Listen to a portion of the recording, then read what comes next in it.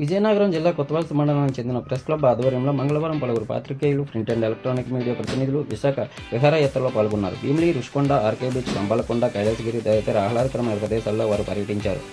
క్రీడా పోటీలను నిర్వహించి ఆటపాటలతో ఆనందంగా గడిపారు. రుషికొండ సమీపంలోని సాయిప్రియ రిసార్ట్ ఆవరణలో మధ్యాహ్నం వనభోజనం కార్యక్రమంలో పాల్గొన్నారు. కొత్తవలస ప్రెస్ క్లబ్ అభివృద్ధి, భవిష్యత్ కార్యాచరణ, వివిధ సేవా కార్యక్రమాలపై వారు చర్చించారు. జర్నలిస్ట్ హౌసింగ్ స్కీమ్, ఇతర సౌకర్యాలపై సమావేశంలో పలువురు పాత్రికేయులు తమ అభిప్రాయాలను తెలియజేశారు. అనంతరం ప్రింట్ అండ్ ఎలక్ట్రానిక్ మీడియా ఆధ్వర్యంలో సీనియర్ పార్టీ అయినటువంటి గురువాడ పైటరాజ్, లక్కోజి శివకుమార్ సన్మానం చేయండి. కార్యక్రమం కొత్తవలస మండలంలో పడిన వివిధకు చెందిన ప్రతినిధి ప్రింట్ అండ్ మీడియా పాల్గొన్నారు.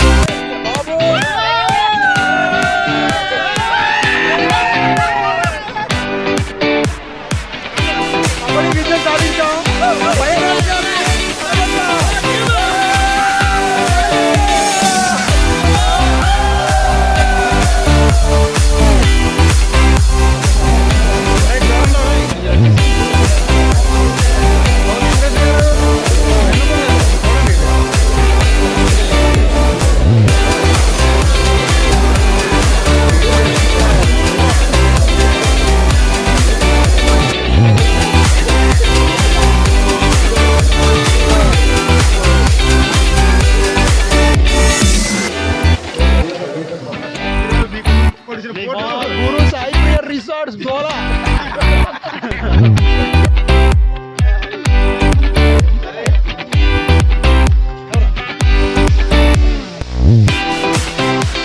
गुरुవు గారి అవుతుంది కొద్దిగా స్మైల్ ఇవ్వాలి. ఇప్పుడు అన్ని స్మైల్ ఉండదు, అన్ని స్మైల్ ఉండదు. మీరు ఎలా నడుస్తారో తెలియదు కదా.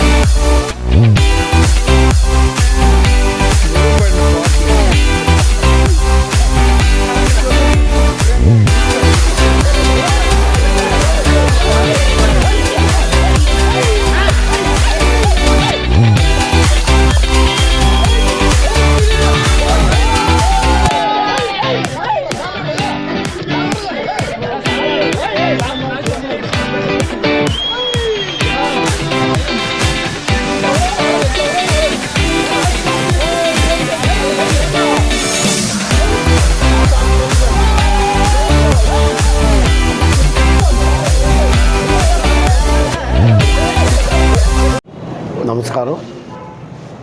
ఈరోజు విహారయాత్ర చాలా దిగ్విజయంగా జరిగింది.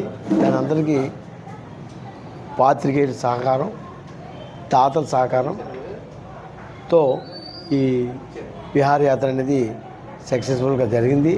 దానికి పేరు పేరున పాత్రికేయులకు, print and electronic media and మనకి సహకరించిన దాతలకు కూడా ప్రత్యేకమైన ధన్యవాదాలు తెలియజేస్తున్నాం. మరి ముఖ్యంగా ఇప్పుడు విలేకరులు ఎవరైతే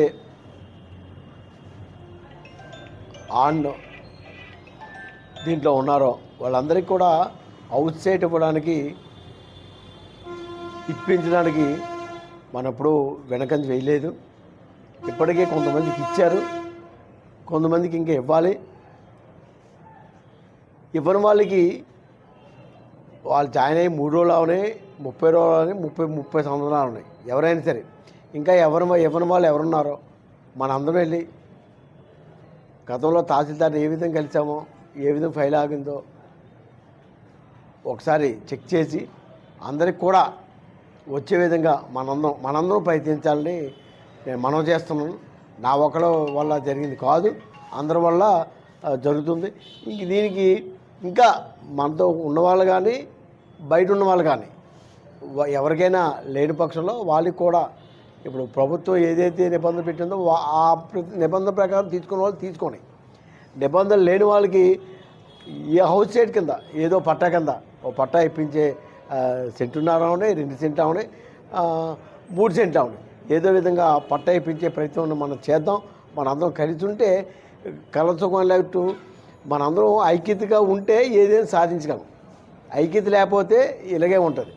కాబట్టి మనం ఎప్పుడూ ఐక్యతే ఉన్నాం, కానీ ఇలాంటి సందర్భం కాదు.